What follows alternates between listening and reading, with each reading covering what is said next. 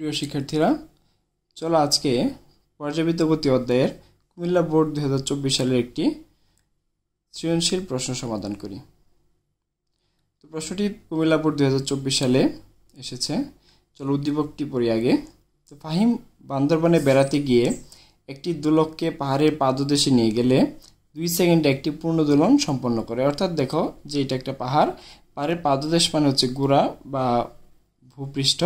তো ভূপৃষ্ঠে একটি সেকেন্ড দোলক কী করে 2 সেকেন্ডে একটি পূর্ণ দোলন দেয়।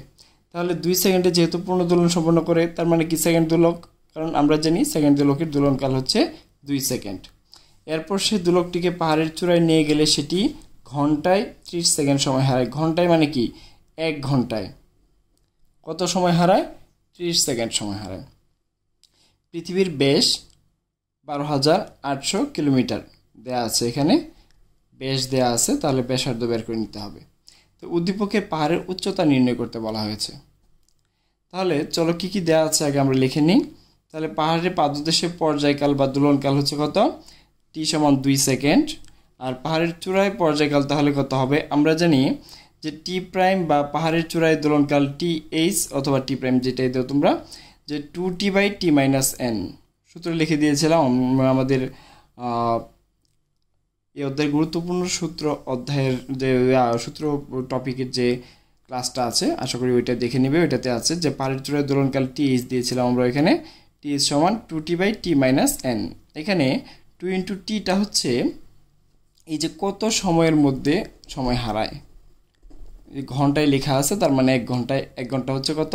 3600 সেকেন্ড বাই t-n। এই 3600 মাইনাস n মানে হচ্ছে এখানে হারানোর সময়। যদি হারানোর সময় লেখা থাকে তাহলে কি মাইনাস দিবা, আর যদি দ্রুত চলে লেখা থাকে তাহলে কি প্লাস দিবা।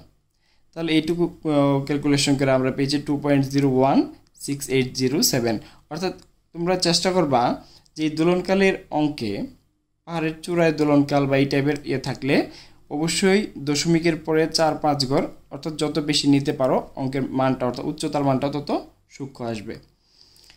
সেক্ষেত্রে পাহাড়ের চূড়ায় দোলনকাল টি প্রাইম সমান কি 2t/t-n।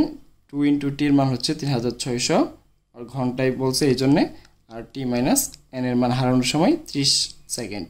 তাহলে পেলাম 2.016807।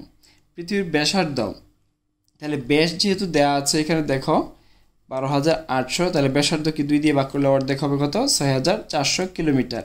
তাহলে কত দাঁড়ায় দেখো 6,400। ইচ্ছা করলে তোমরা এটাকে মিটারও নিয়ে নিতে পারো, আর 1000 দিয়ে গুণ করে 6.4 10⁻6 মিটার হবে।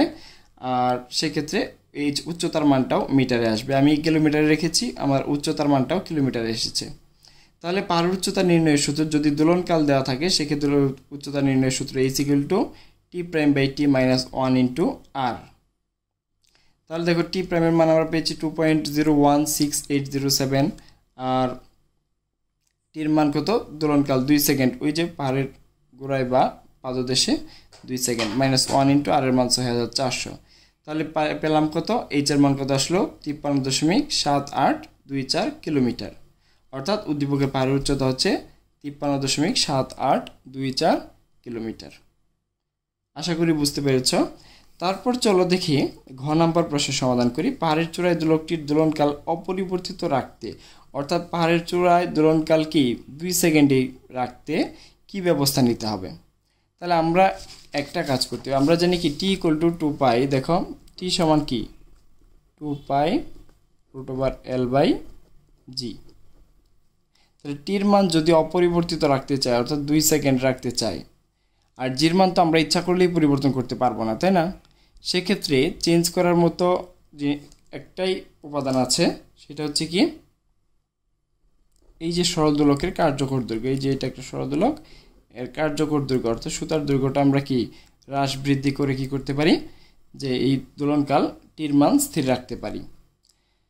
তাহলে দেখো পাহাড়ের পাদদেশে দেওয়া আছে দোলনকাল হচ্ছে কি পর্যায়কাল টি 2 সেকেন্ড, অভিকর্ষ ত্বরণ জির মান 9.8 তো আমরা জানি ভূপৃষ্ঠে, আর পৃথিবীর ব্যাসার্ধ 6,400 কিলোমিটার।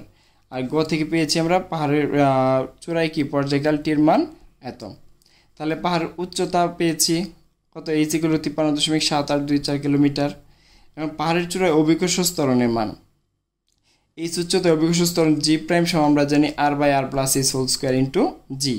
আর এর মান 6400, আমরা সবগুলো এখানে কিলোমিটারে রেখেছি। হ্যাঁ, তাহলে দেখো যে 6400 কিলোমিটার বাই কি 6400 আর এইচ এর মান 53.7824 হোল স্কোয়ার ইন্টু জির মান 9.8 মিটার পার সেকেন্ড স্কোয়ার। এখানে দেখো কিলোমিটার মিটার সংমিশ্রণ হয়ে গেছে, এটা নিয়ে ভয় পাওয়ার কিছু নেই, কারণ এইখানে এই যে এই দুইটা রাশির এটা যোগ করলে দুইটা কিলোমিটার অনুপাত সেম হওয়ার কারণে কিলোমিটার কিলোমিটার কাটা যাবে, শুধু অনুপাতের মান থাকবে।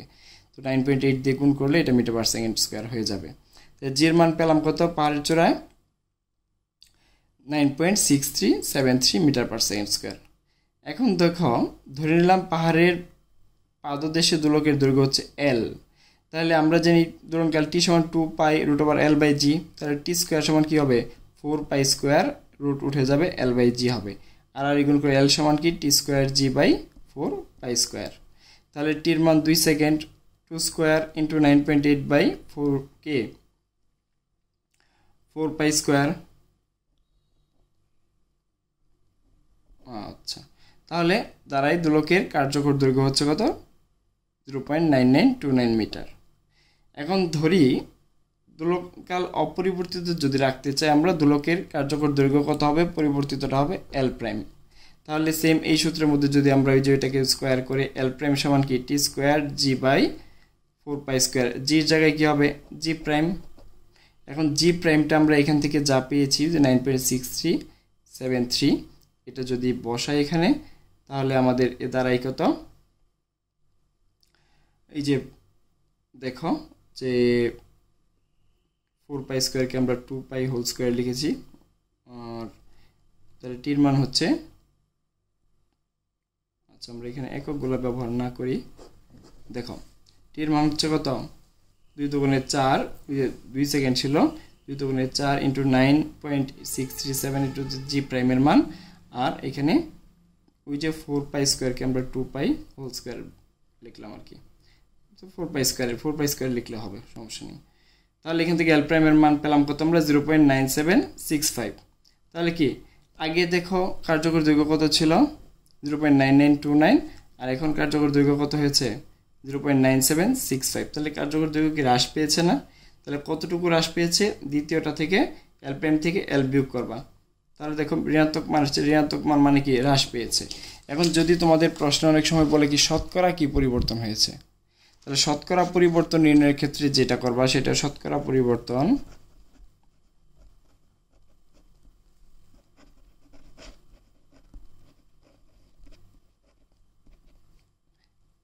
ডেল এল বাই এই যে আদি যে কার্যকর দৈর্ঘ্য ছিল সেটা ইন্টু 100%, অর্থাৎ দৈর্ঘ্যের পরিবর্তনকে আদি দৈর্ঘ্য দিয়ে ভাগ করে 100% দিয়ে গুণ করলে আমরা পাবো কি শতকরা কি পরিবর্তন হয়েছিল। তোমরা ক্যালকুলেটর হিসাবটা করে নাও এবং শেষে কি শতকরা চিহ্ন দিবে, তাহলে কি হয়ে যাবে শতকরা পরিবর্তন, ঋণাত্মক চিহ্ন সহ দিবে, তাহলে কি এতটুকু হ্রাস পেয়েছে বোঝা যাবে। ঠিক আছে, আশা করি অঙ্কটা সহজে বুঝতে পেরেছ।